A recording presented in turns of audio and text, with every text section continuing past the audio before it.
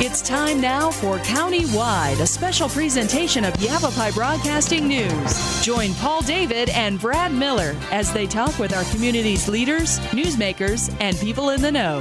You'll hear about the hot topics that affect all our lives here in Yavapai County. And now, here's today's County-Wide.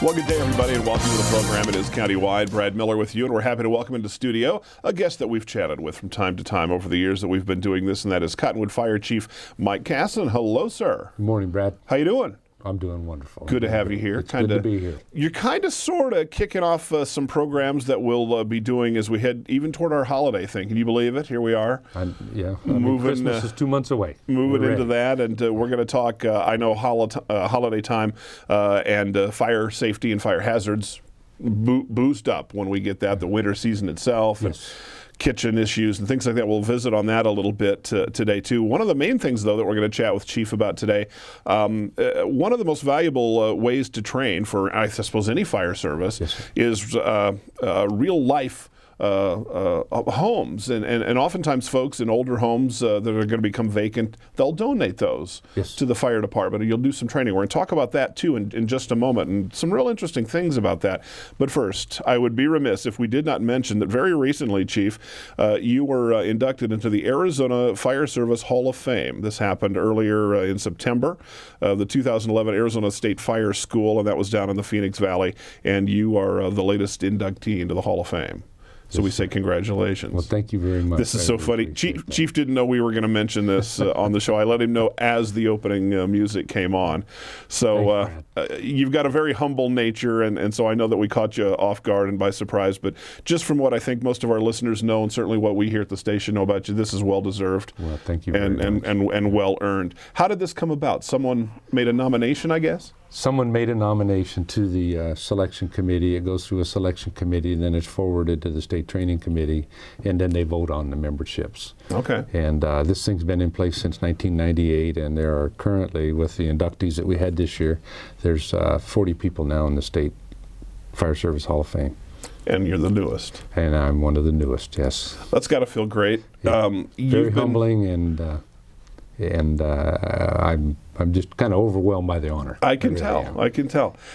Some of the biographical notes that your staff sent over: 37 plus years in fire service, battalion chief, 6 years in Maricopa County, rural metro, and you were in Tennessee for a time. I didn't know that. Was there for 5 years as operation chief, and then have been in Cottonwood. Now you've been chief here since when? 95. 1995. Okay, so good long run. And a long so run far. Yeah. There you go. And still plenty more to do. Yeah.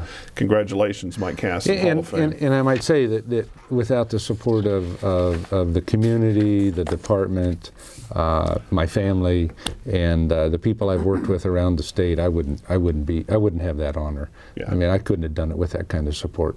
Without that kind of support from the community. Unquestionably.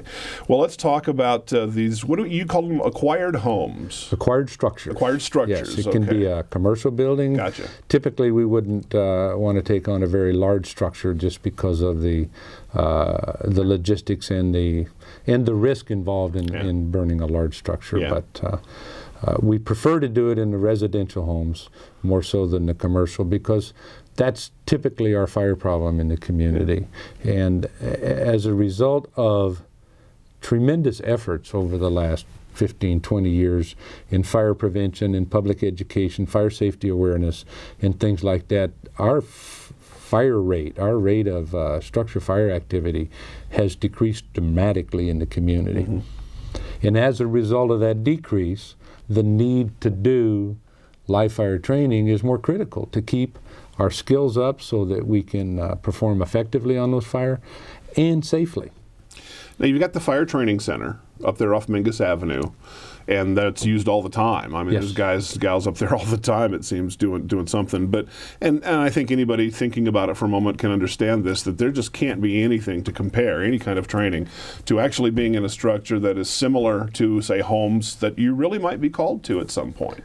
That is just, you absolutely nailed it. The training center is a wonderful forum for us to do it. We can do repetitive activities up there. But you got to understand, that's just a big block structure. Yeah. And it acts like a big block heat trap. Yeah. And we burn pallets and hay and things like that in there. And it's just going to be a little bit different fire conditions, but there's a lot of good teaching opportunities for us in those. But when we get an acquired structure, we feel like that's just a great opportunity for us, because the realism we can bring into that is tremendous.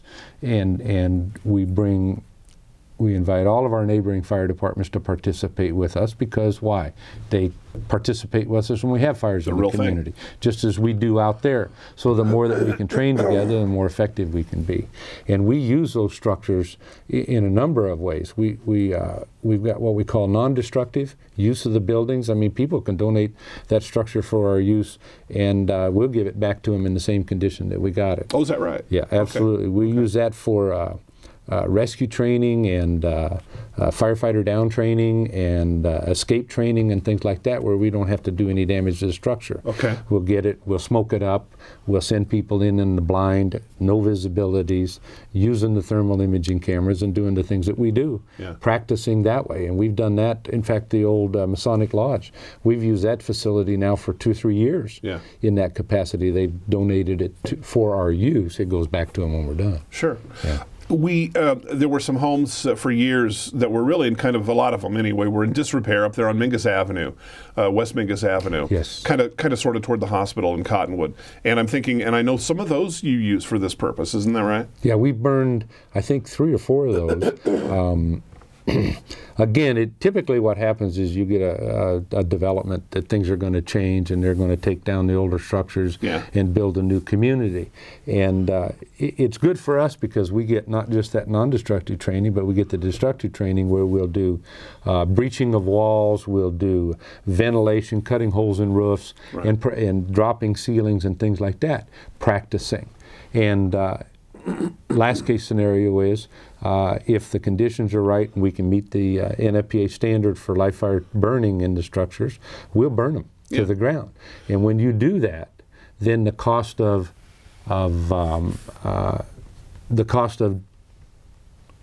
what is the word I'm looking for? The demolition and removal of that structure for the owner is far less for the owners. Sure. And we get all of this quality training, realistic live fire training for our people. It's a win-win both ways. Now, there's a lot to that. I know you can't just walk in, light it up, and squirt it, and put it. You know, there's a lot of stuff that has to happen. Not every home is going to necessarily be a good candidate for Absolutely. this. We probably turned down about half of what we've been offered over the years. First of all, we got to make sure that the owners can show us proof of ownership of the structure, proof that there's no fire insurance on the building, no liens against it, and that they are in fact the owners, and give us in writing that they're going to donate that to us for that training purpose.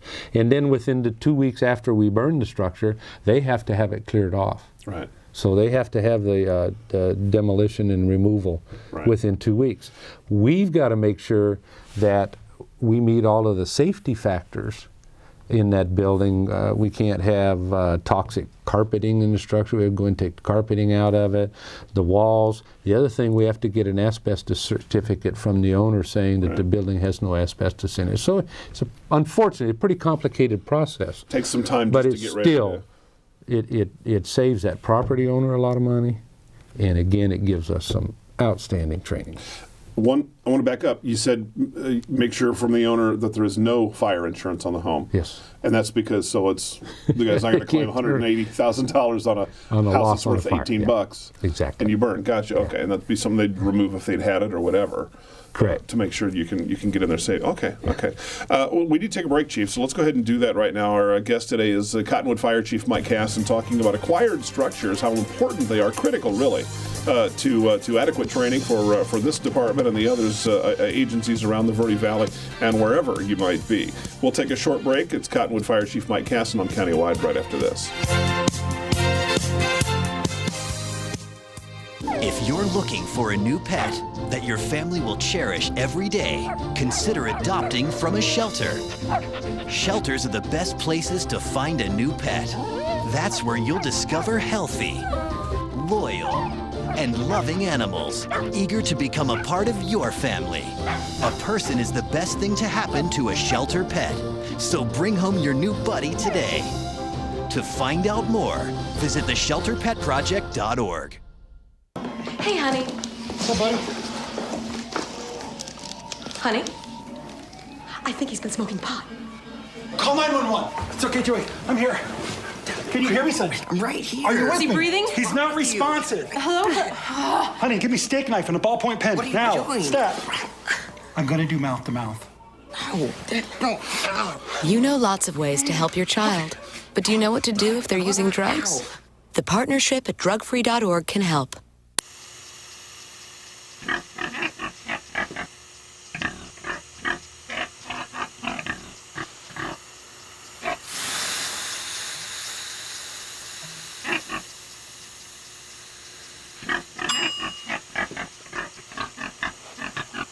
Cook foods to the right temperature using a food thermometer. 3,000 Americans will die from food poisoning this year. Keep your family safer. Check your steps at foodsafety.gov. Hi, I'm Captain Larry Dawson with the Cottonwood Fire Department, here to talk to you about cooking safety in your home.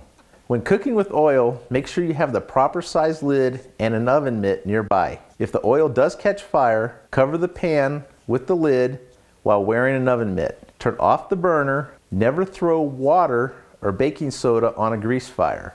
Never leave an open flame unattended, and always have a working fire extinguisher nearby.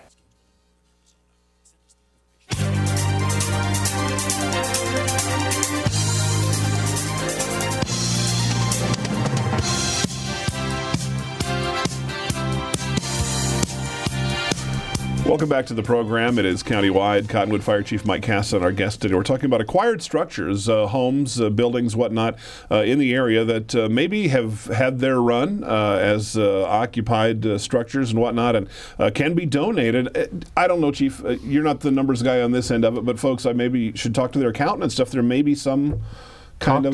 Talk to their accountant, their tax man, and there may be some ability to write off part of that cost. Find out. And yeah, but talk to their tax people, because I don't have the answer. No, I understand. We're not going to put you in that suit, but yeah, make those inquiries with your own money guy and find out. If you do decide to donate a home, there may be some nice benefit for you financially there. Check that out too. But beyond that, I guess, do I need to go around my house if I've got an old building and take a look, or do I just have you call you up and maybe you guys come over and take a look, see if it's a good candidate? You call us up, we'll come take a look at it, see if it's a good candidate. You just have to decide, would you like to do this? Have you got something like that you'd like to contribute to the fire department for our training? If you do, please give us a call down to Cottonwood Fire Department and contact our training officer, Captain Larry Dawson, at 634-2741. Okay, just like that. One last thing on this, neighbors.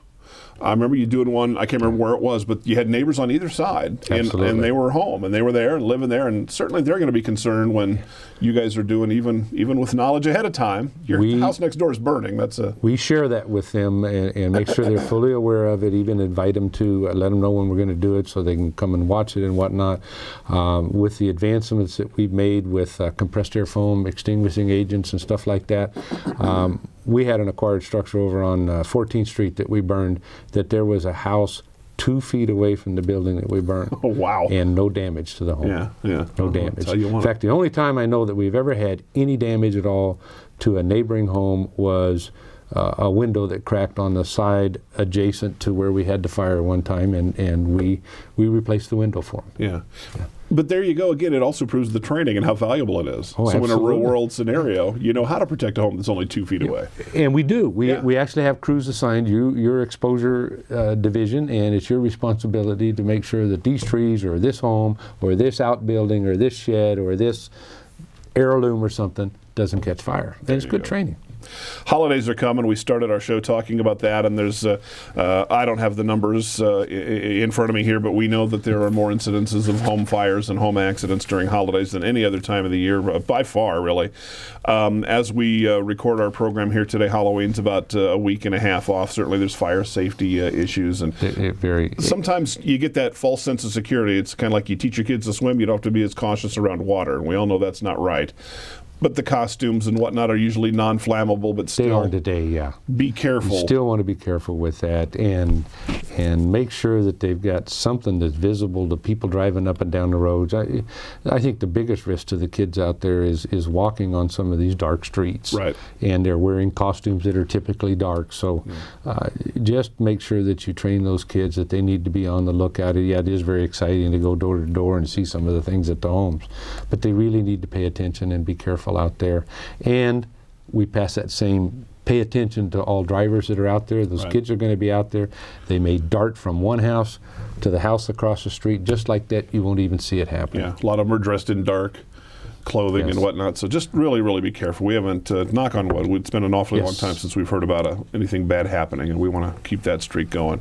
As we get deeper into Halloween, into holiday, Thanksgiving, Christmas, and all those things, my favorite time of the year, because the oven's always on. Mine too, you bet. Stuff cooking all the time. You just gotta kind of love it, but that poses obvious dangers. And tell me, some of the things that, maybe during the rest of the year we're not as concerned about that holidays put upon us. Well, when you go into the winter season, you've got the issues of heating with space heaters and furnaces and wood stoves and fireplaces and making sure that those are all properly operating and that they've been serviced before you use them for the winter, and that you keep the combustibles away from them. There's some pretty simple rules there.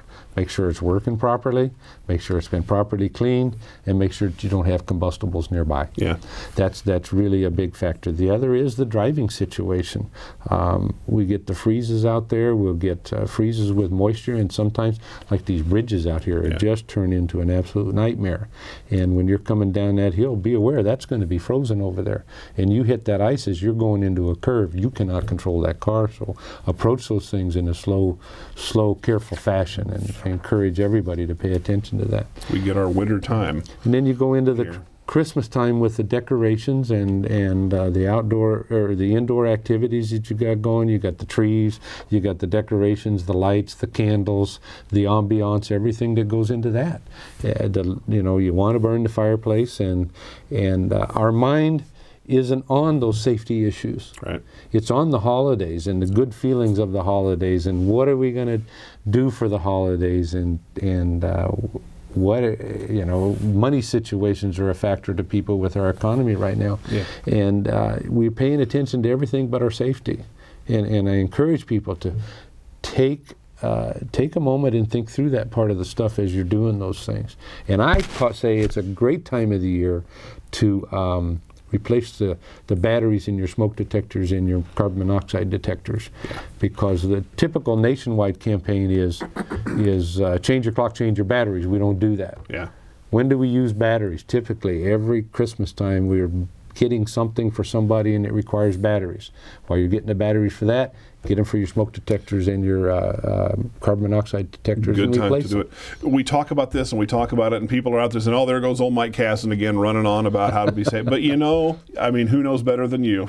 Almost 40 years of service. Situation awareness. You have seen when yes, these things. And I've seen the tragedy of it, and it's bad enough to have a fire in your home, but when you're having it during that time of year, it's almost more overwhelming. It's almost more than people can handle, and it doesn't. Not only does it affect those families, but it affects us when we're coming there trying to help too. No doubt. Chief, we got to take another break. When we come back, I want to go back to what you said about fireplaces and whatnot, and recalling last year Flagstaff had a dickens of a time with carbon monoxide issues. Yes. There's some very close calls from fireplaces. One, I think, was a heater, boiler, or whatever.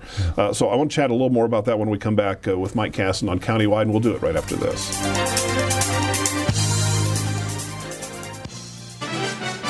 Now, some action from the courts. Billie Jean King renewing her rivalry with Arthritis. First set, furious volley, and right to the net for a winner. Beautiful forehand there. Arthritis, stunned. And here, match point. Billie Jean with the ace, taking it in straight sets. Afterwards, a jubilant Billie Jean King.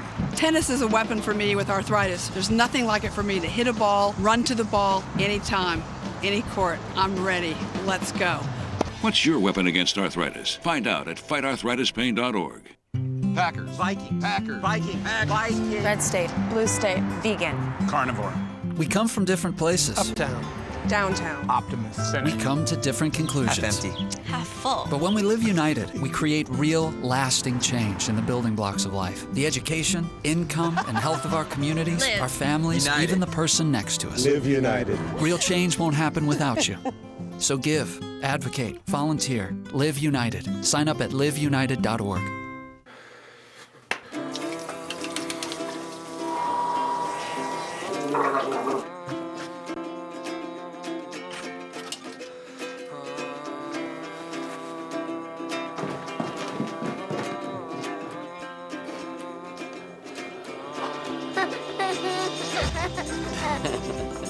Hungry? Yeah. The smallest moments can have the biggest impact on a child's life. Take time to be a dad today. Hi, I'm Captain Larry Dawson with the Cottonwood Fire Department, here to talk to you about cooking safety in your home. The number one cause of house fires today is lack of safety in the kitchen. Always set a timer while you're cooking. If a fire starts in your oven, close the door and turn the oven off. When kids are present while cooking, always use the back burners and keep handles turned in and out of reach of children. Never leave an open flame unattended, and always have a working fire extinguisher nearby.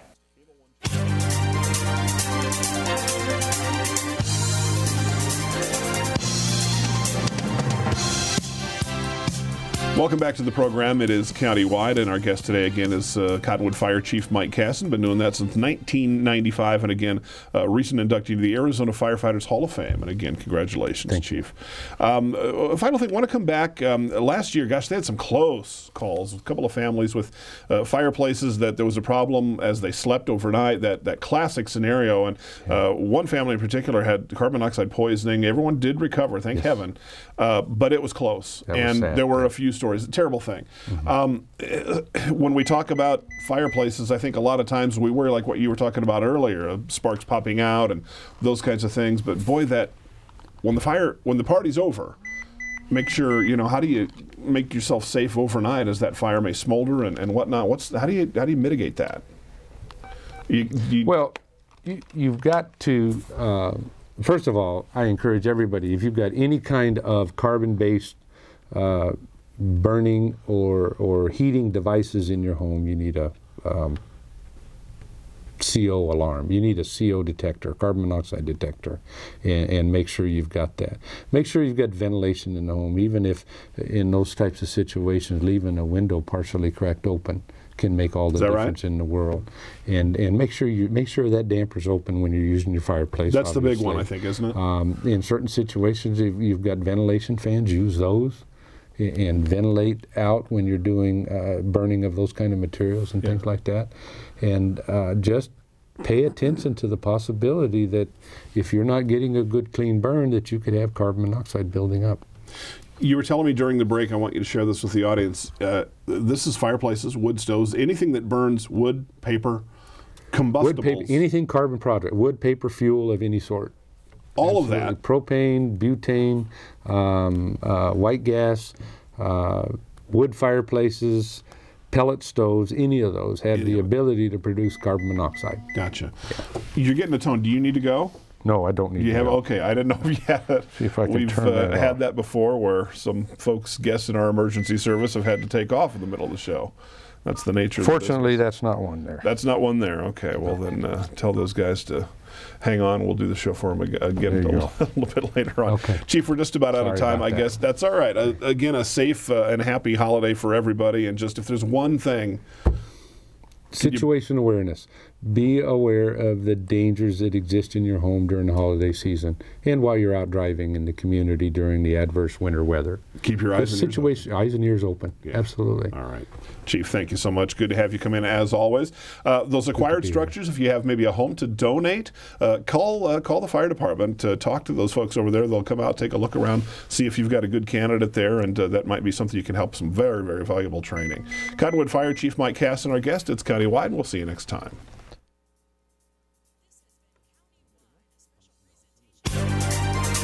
This has been Countywide, a special presentation of Yavapai Broadcasting News. Listen in each Tuesday and Thursday as we tackle the hot topics and talk to the decision makers across Yavapai County. That's Countywide with Brad Miller and Paul David each Tuesday and Thursday on this Yavapai Broadcasting station.